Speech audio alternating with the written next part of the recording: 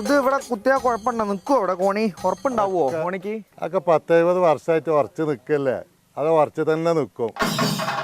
അതിന് ഉയർത്തി പോകാൻ വേറൊരു പാർട്ടികൾക്ക് കഴിയൂല. ഉറപ്പാലേ? ഉറപ്പായിട്ട് നിൽക്കും. എന്നാ കുത്തി നോക്കാലേ? ആ ധൈര്യമായിട്ട് വരുത്തോളി. എന്താ പ്രശ്നം? ഒന്നുമില്ലേ, ഞാൻ ഈ കോണി ഇവിടെ ഉറക്കിയോന്ന് ചോദിക്കണം. അപ്പൊ മൂപ്പര് പറഞ്ഞ ഉറച്ചു തന്നെക്കും കുറെ കൊല്ലങ്ങളായിട്ട് കോണി ഇവിടെ ഉറച്ചു നിൽക്കുക എന്നാ പറയുന്നത്. എന്താണ് അങ്ങനെയാ? അത്ര ഉറപ്പൊന്നും ഉണ്ടാവില്ല. ഒരു പ്രാവശ്യം ഇളകിയത് തന്നെയാണ്.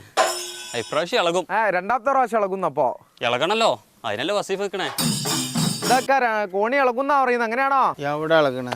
ഇത് EM മുതൽ ഈട്ടിയിലെത്തി. പിന്നെ ഇവിടെ ഇളക 2004 ആ ചക്കട്ടപ്പം അതിലിട്ട് എല്ലിട്ട് അത് എപ്പോഴും കിട്ടാൻ പോകണില്ല. അങ്ങനെ ചക്കട്ടപ്പം മുതലിട്ടിയൊന്നല്ല കേട്ടോ.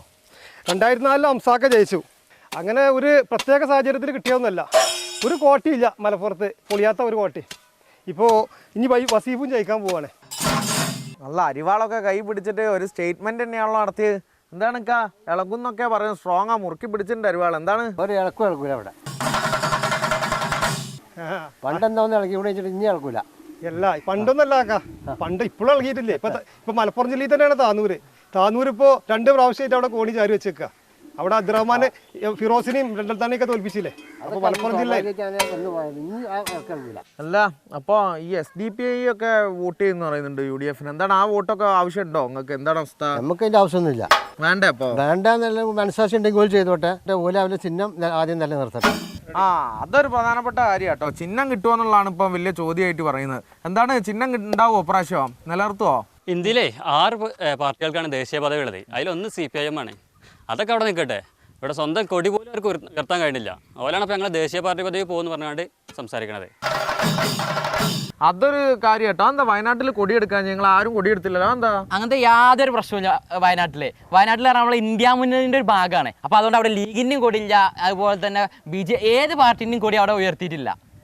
എന്തോ കൊടി ഉയർത്താഞ്ഞെന്നാ പറഞ്ഞത് ചോദിച്ചത്. കൊടി ഉയർത്താത്ത അവർ പറയുന്നത്. ഇപ്പോൾ ഞങ്ങളെല്ലാവരും ഒന്നാണ്.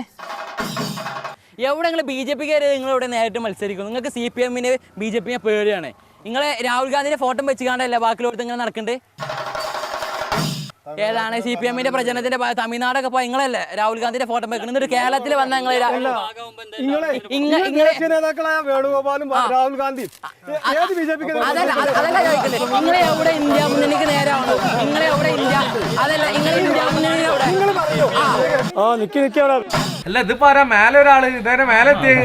ഇത് മേലേക്ക് കയറിക്കൊണ്ടേ ഇരിക്കുകയാണ്. കോണിമ കയറിയാണ് ഇവിടെ എത്തിയാണ്. ഇത് ഇറങ്ങാനും പോണില്ല, താനും പോണില്ല. ഇത്ര ഉയരത്തിൽ കോണി എത്തി. കാരി പോകും, മേലേക്ക് അങ്ങനെ കാരി പോകും. ഇറക്കാൻ കഴിയില്ല. അതൊക്കെ ഞങ്ങൾ ഇപ്പൊ ഇറക്കിക്കൊണ്ട് കേട്ടോ. പ്രാവശ്യം എന്തായാലും ഇറക്കും ഞങ്ങളെ. കാണാലോ.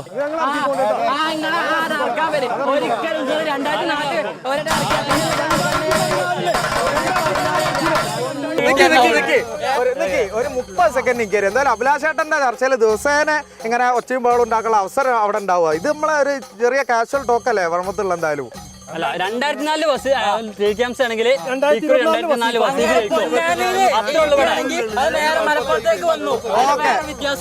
ഓക്കെ. അപ്പൊ ഞാൻ ആകെ ഒരു ചോദ്യം ചോദിച്ചോളൂ.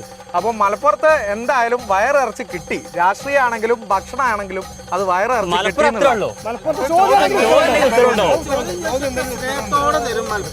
അതാണ് മലപ്പുറത്തിന്റെ രാഷ്ട്രീയം.